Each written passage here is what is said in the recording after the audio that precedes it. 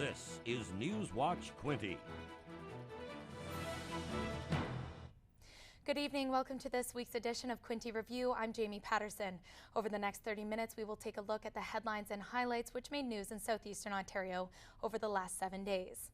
A protest is underway on farmland north of CFB Trenton. Protesters have drawn a line in the snow.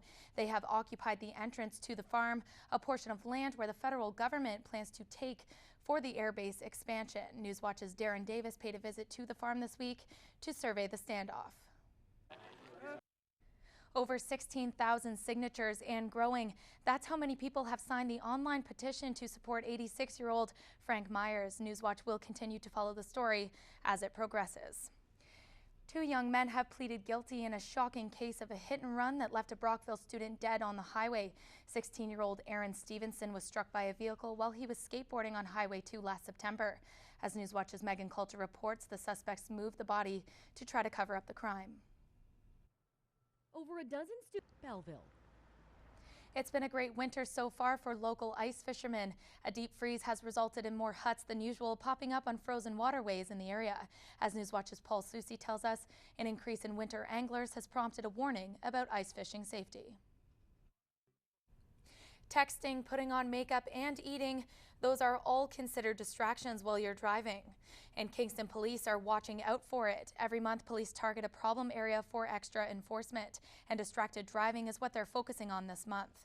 Police say they see multiple violations on a daily basis, and they are getting tired of it. They're urging motorists to show common sense while behind the wheel of a car. Because you're taking your eyes off the seconds. And a story Newswatch kept track of all week. A Roman Catholic priest from Kingston was convicted on 3 charges this week, including sexual assault. Father Rene Labelle was accused of sexually assaulting a teenage boy on Wolf Island about 10 years ago. In his verdict, the judge sided with the victim's version of events. Newswatch's Morgan Campbell was in court when the verdict came down. Kingston. At the same courthouse on Friday, the man accused in the so-called subway attack was told that he will be going to jail. A judge sentenced Mackenzie McDonald to 2 years in provincial jail following a 2008 brawl in a downtown subway restaurant that left another man with permanent brain injuries. Newswatch's Megan Coulter has the outcome of that trial. Trying to hide his face from the cameras. It's an art show with a message. The Wilson Room at the main branch of Kingston's Public Library is currently hosting the work of Jeff Mann. He creates art from old car parts. Here's Newswatch's Mike Postovit with this week's edition of Posto's Postcard.